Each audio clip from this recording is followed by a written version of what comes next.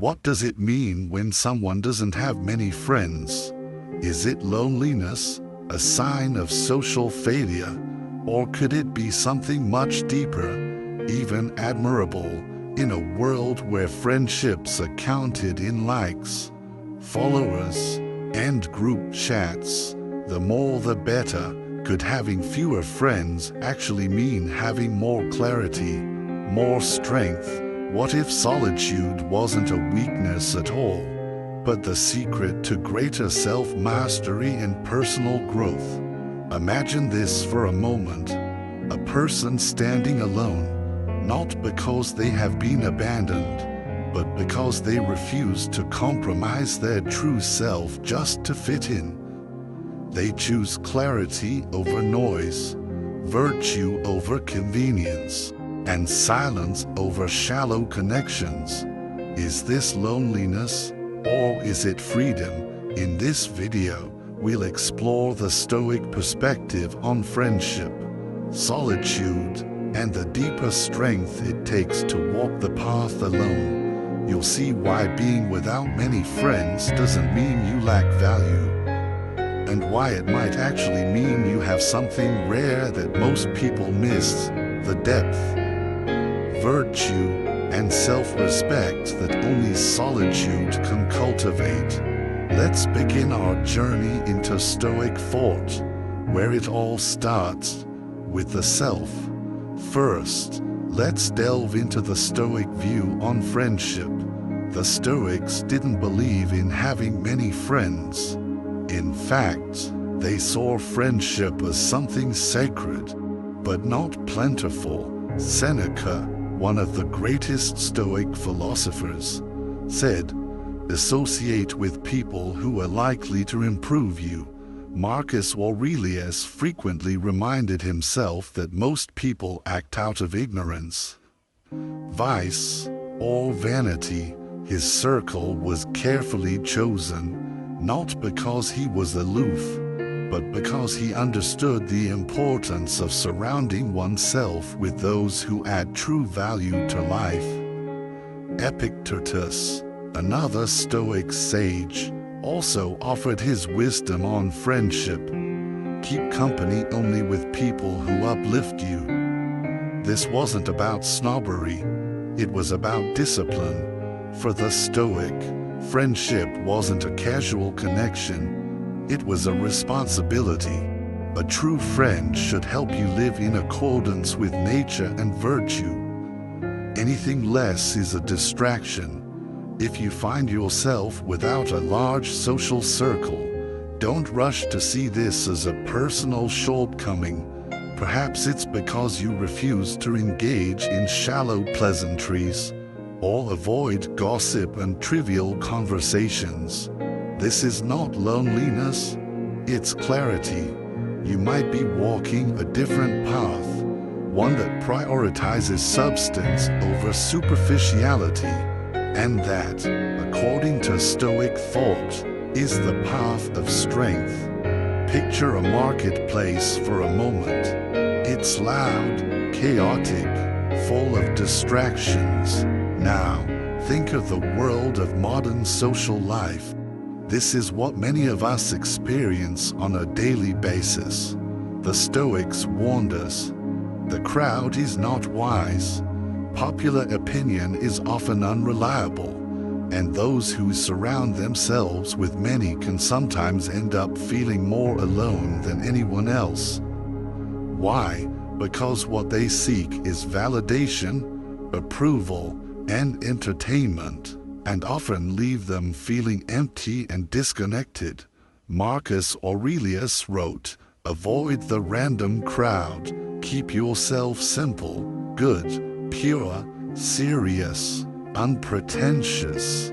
Have you ever felt that stillness when you're alone?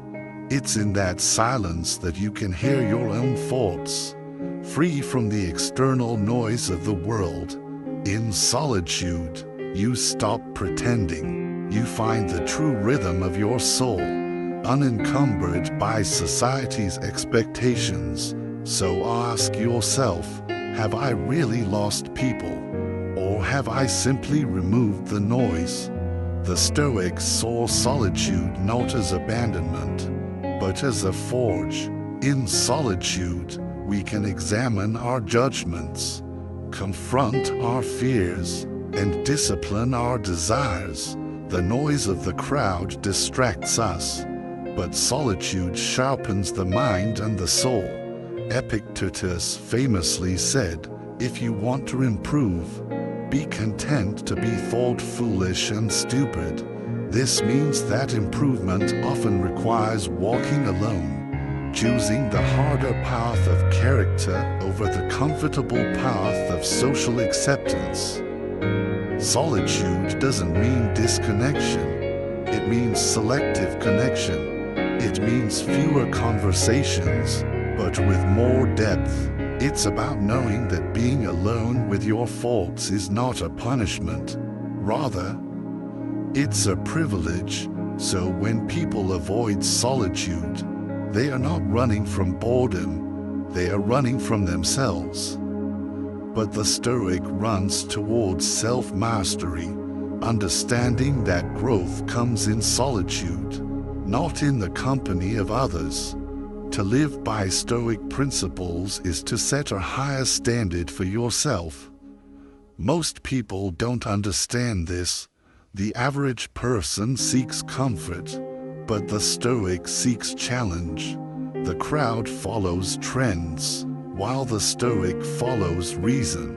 The many want to be liked. The Stoic wants to be free. Freedom means saying no, disagreeing, and setting boundaries. When you elevate yourself, you might lose people along the way, not because of pride, but because of purpose. As Seneca wisely said, as long as you live, keep learning how to live. As you grow, you might find that fewer people speak your language. And that's okay. The best conversations in life are not the loudest. They are the most honest. And what about shallow relationships? What is the cost of having many friends? Shallow relationships drain your energy, split your attention, and compromise your integrity. They demand constant upkeep, surface-level conversations, and appeasing others just to fit in. In the end, you forget who you truly are. The Stoics, on the other hand, valued deep relationships. A true friend challenges your weaknesses and helps you grow, not flatter your ego. Seneca advised, be slow to form a friendship, but when you do, be firm and constant. So if you're not surrounded by many, perhaps it's because you've outgrown shallow connections. You've chosen loyalty over popularity, truth over approval. That's not failure, that's focus. So when you reflect on friendship and solitude, it's not about the quantity of people in your life. It's about the quality of those who truly challenge and support you. The Stoics remind us that quality always triumphs over quantity. As we continue, we'll explore how applying the Stoic way can elevate all of our relationships and uncover the deeper meanings that come from embracing self-mastery over the noise of the crowd. Building on the idea of solitude and self-mastery, let's explore how the Stoics viewed popularity and relationships. If you're walking the Stoic path, you'll know that popularity is often a sign of compromise, a choice to dilute your values just to fit in with the crowd. The Stoic doesn't chase after the approval of others. Instead, he attracts a few like-minded individuals who respect character. In a world obsessed with numbers, the Stoic understands that one friend who mirrors your highest values is worth more than 100 who only reinforce your lowest impulses. So, if you find yourself with just one or two people who walk with you on the path of virtue, consider yourself fortunate. You have more than most. Remember, the Stoic does not collect friendships like trophies. He cultivates them, carefully nurturing relationships that align with the values he holds dear. It's quality over quantity every time. Now, let's talk about the mirror of self-knowledge. Lacking friends can sometimes be a mirror. It shows us whether we are difficult to be around because we are toxic or because we are truthful. Are you being rejected for your vices? Or are you being rejected because of your virtues? This is a question only you can answer. Self-honesty is key. The Stoic doesn't wallow in self-pity when faced with rejection. Instead, he reflects, improves, and moves forward. If you lack friends because you speak harshly, then perhaps it's time to cultivate more gentleness. If you lack friends because you refuse to lie, then be proud of your honesty.